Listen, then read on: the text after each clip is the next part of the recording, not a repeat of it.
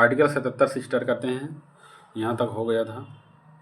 तो आर्टिकल 77 में क्या है, मंत्रियों के मध्य कार्य का बंटवारा राष्ट्रपति करेंगे। मंत्रिपरिषद के प्रति कार्य राष्ट्रपति के नाम पर होंगे। आर्टिकल 77 में है। तो आर्टिकल 77 याद रहेगा, मंत्रियों के मध्य कार्य का बंटवारा राष्ट्रपति करेंगे। मंत्रिपरिषद के सभी कार्य राष्ट्रपति के नाम पर होंगे। आर्टिकल 78 क्या है, यह प्रधानमंत्री का कर्तव्य होगा। कितने कर्तव्य हैं भैया, कर्तव्य है 78 में है ये। 78 में क्या है, 1 2 3, संघ के मामलों के प्रशासन और कानून के प्रस्तावों में संबंधित मंत्रिपरिषद के सभी निर्णयों के बारे में राष्ट्रपति को सूचित करना। संघ के मामलों के प्रशासन और कानून के प्रस्तावों से संबंधित ऐसी जानकारी प्रस्तुत करने के लिए जिसे राष्ट्रपति मांग सकते हैं। यदि राष्ट्रपति को आवश्यकता हो तो किसी भी मामले को मंत्रिपरिषद से विचारार्थ प्रस्तुत करना होगा जिस पर किसी मंत्री द्वारा निर्णय लिया गया है, लेकिन जिस पर परिषद द्वारा विचार नहीं किया गया।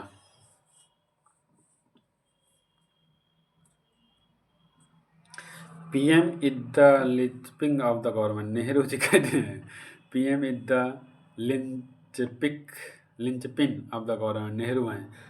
मतलब कहने का मतलब उनका यह है कि कहने का मतलब ये है कि जो मंत्रिपरिषद, फिर प्रधानमंत्री और राष्ट्रपति, इसके बीच की चीज़ें होता है प्रधानमंत्री नियुक्ति राष्ट्रपति को लोकसभा में बहुमत दल के नेता को प्रधानमंत्री नियुक्त करता है। चलो, प्रधानमंत्री के शपथ बहुत इंपॉर्टेंट है। प्रधानमंत्री की शपथ, कार्यकाल और वेतन। देखो, राष्ट्रपति उसे पद और गोपनीयता की शपथ दिलाते हैं। ध्यान देना, राष्ट्रपति बताए थे ना, गोपनीयता की शपथ, पद और गोपनीयता की शपथ दिलाते हैं। किसको? प्रधानमंत्री को। कौन दिलाता है? राष्ट्रपति को। उसके पद और गोपनीयता की शपथ दिलाता है। मतलब भैया कोई अगर वो सब चीज़ें चल रही हो तो बाहर लीक मत करिए।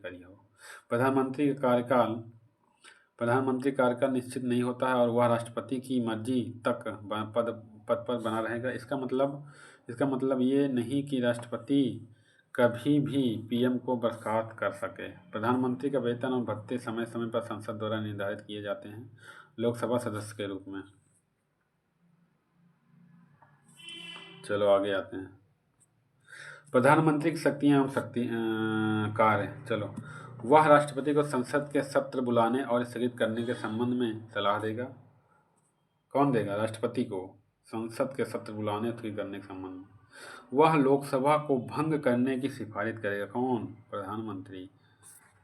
वह संसद के पटल पर सरकारी नीतियों की घोषणा करता है। वह ऐसे व्यक्तियों की सिफारिश करता है जिसे राष्ट्रपति द्वारा मंत्री के रूप में नियुक्त किया जा सकता है। मोस्ट इम्पॉर्टेंट पार्ट है, सब रट लो भैया। वह मंत्रियों के मध्य विभिन्न विभागों का आवंटन एवं फेरबदल करेगा। अब मोदी जी देख ही रहो, जैसी सरकार बदली, बिहार में ऐसा दे दिया पूछो मत। और उधर उड़ीसा जो उधर है पार्ट है, उड़ीसा क्या बोलते हैं, वो कहाँ का था? तमिलनाडु का था या आंध्र प्रदेश का था। तो वह मतभेद के मामले में किसी भी मंत्री को इस्तीफा देने के लिए कह सकता है और राष्ट्रपति को उसे बर्खास्त करने की सलाह दे सकता है। वह मंत्रिपरिषद की बैठक की अध्यक्षता करता है और निर्णयों को प्रभावित करता है। वह सभी मंत्रियों को गतिविधियों का मार्गदर्शन, निर्देशन, मंत्रण और समन्वय करता है। वह पद से इस्तीफा देकर मंत्रिपरिषद का पतन करता है। सही बात है। चलो आगे आओ। सबसे लंबे समय तक सेवा देने वाले कौन है? जवाहरलाल नेहरू। और सबसे लंबे समय तक राष्ट्रपति कौन रहा? डॉक्टर राजेंद्र प्रसाद। सबसे लंबे समय तक उपराष्ट्रपति कौन रहा है? कमेंट बॉक्स में बताइए, अभी बताया था। सबसे कम चौधरी चरण सिंह चंद्रशेखर आजाद 7 महीने, वीपी सिंह 11 महीने, देवगौड़ा 10 महीने, अटल बिहारी वाजपेयी 13 दिन एक बार 13 दिन। तो सबसे कम समय पर जो रहे वो अटल बिहारी वाजपेयी जी रहे। ये है देखो list of the prime minister of India. अभी मोदी जी है 2014 से, भाई अभी धूमधाम मचाया हुआ है। चलो, सबसे पहले जवाहरलाल नेहरू थे। कौन थे? पीएम। उसके बाद लाल बहादुर शास्त्री। इंदिरा गांधी पहली महिला प्राइम मिनिस्टर, इंदिरा गांधी। ये हमारे अटल बिहारी वाजपेयी। भैया सबसे हीरो आज बीजेपी की अपनी पूरी दास्ता चल रही है। बीजेपी और उसके बाद मोदी। ये सबसे संघर्षपूर्ण, सबसे रहस्यमयी जीवन जो रहा है वो मोदी जी का रहा है। आज तक भाई एक तरफ बैठा है, पूरा देश पर राज कर रहा है। चलो MCQs लेटर स्टार्ट। भैया अभी MCQs बाद में कराएंगे, ठीक है ना। अभी MCQs बाद में कराएंगे, कोई इसका बहुत ज़्यादा है नहीं। अगले वीडियो में MCQs ही कराऊंगा, तो अभी ख़त्म करता हूँ। देख ही लेते हैं क्या क्या MCQs हैं। तो MCQs क्या है, पहला क्या है, निम्नलिखित में से कौन सा केंद्रीय मंत्रिमंडल का सही विवरण नहीं है। मंत्रिमंडल का, यह संसद का भाग है, संसद के प्रति उत्तरदायी है, यह उस समय तक सत्ता में रहता है जब तक उसे संसद का विश्वास प्राप्त ना हो, और संसद के बाहर से किसी व्यक्ति को कभी भी मंत्रिमंडल का सदस्य नियुक्त नहीं किया जाएगा। कमेंट बॉक्स में बताइए क्या सही है। क्या सही है, मैं ये पूछ रहा हूँ, तो क्या सही है? ये भी सही है, ये भी सही है, ये भी सही है, ये सही नहीं है। तो आंसर क्या पूछा था, क्या सही नहीं है। समझ में आया? चलो इसको करते हैं। अनुच्छेद, भारत के संविधान में निम्नलिखित अनुच्छेदों में से कौन सा एक भारत के प्रधानमंत्री से अपेक्षा करता है कि मंत्री परिषद के निर्णयों में संबंधित सूचना भारत के राष्ट्रपति को प्रस्तुत करे? बताओ जल्दी से। आर्टिकल 78। कौन सी है? आर्टिकल 78। आगे आओ, चौथा नंबर।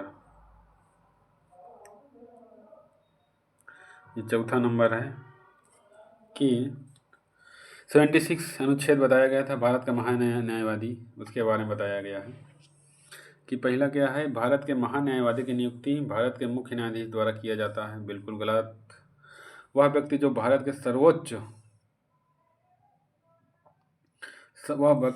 के सर्वोच्च न्यायालय का न्यायाधीश नियुक्त होने के योग्य हो, उसे भारत का महान्यायवादी नियुक्त किया जाएगा। ये वाला बताओ। अपने कर्तव्यों के निर्वहन में महान्यायवादी को भारत को राज्य क्षेत्र में सभी न्यायालयों में सुनवाई का अधिकार होगा। ये महान्यायाधीश भारत के राष्ट्रपति की इच्छा पर्यंत का पद करेगा। ये भी सही है, लेकिन पूछा क्या है, क्या नहीं है, तो वो हो जाएगा पहला वाला। चलो ये भी बता दो पढ़ने से। भारत के महान्यायवादी अटॉर्नी जनरल के बारे में निम्नलिखित में कौन सा कथन सही नहीं है? तो सबसे पहला क्या, उसे केवल भारत के उच्चतम न्यायालय में सुनवाई का अधिकार है। बी वाला क्या है, वह ऐसा परिसमी प्राप्त करेगा जो राष्ट्रपति का अवधारित करे।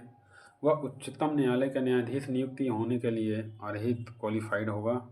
वह भारत सरकार को कभी विधि संबंधित विषयों का सलाह देगा। बताइए कौन सा है, कौन सा? देखो ये भी सही है, ये भी सही है, ये भी सही है, लेकिन ये वाला गलत है।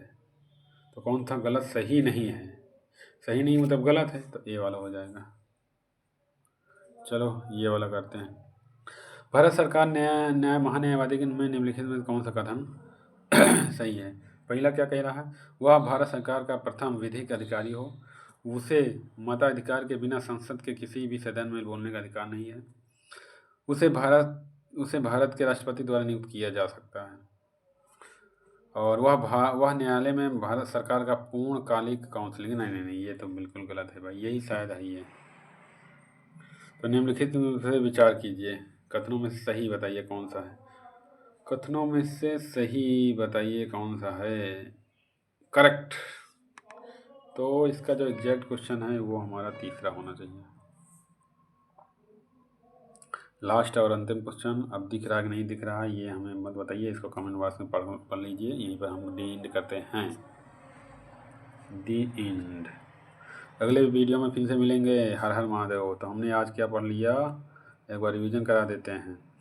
74 बताओ, 74 कितने राष्ट्रपति मंत्रिपरिषद की सलाह पर कार्य करेगा। 74 के बाद 75 मोदी जी सरकार रहेगा। इसमें मंत्रियों के प्रवर्धन में अन्य प्रावधान इसमें 74 75 का ये 75 का बी बताया, 75 का 3, 75 का 4, 75 का 5, 76 वेतन और भत्ते, आर्टिकल 76 महान्यायवादी के बाद क्या है, जनरल अटॉर्नी अधिवक्ता 165 77 में क्या है, मंत्रियों के मध्य कार्य का बंटवारा राष्ट्रपति करेगा। मंत्रिपरिषद के सभी कार्य राष्ट्रपति के नाम पर होंगे। 78 यह प्रधानमंत्री के कर्तव्य होगा, जितने कर्तव्य हैं वो चीज़ें बताई गई हैं। तो एक बात शपथ जान ही रहे हो, प्रधानमंत्री कौन, उसको कौन कराएगा। सबसे कम हमारे जो रहे हैं पीएम वो हमारे अटल बिहारी वाजपेयी। चलो ख़त्म करते हैं। ओके।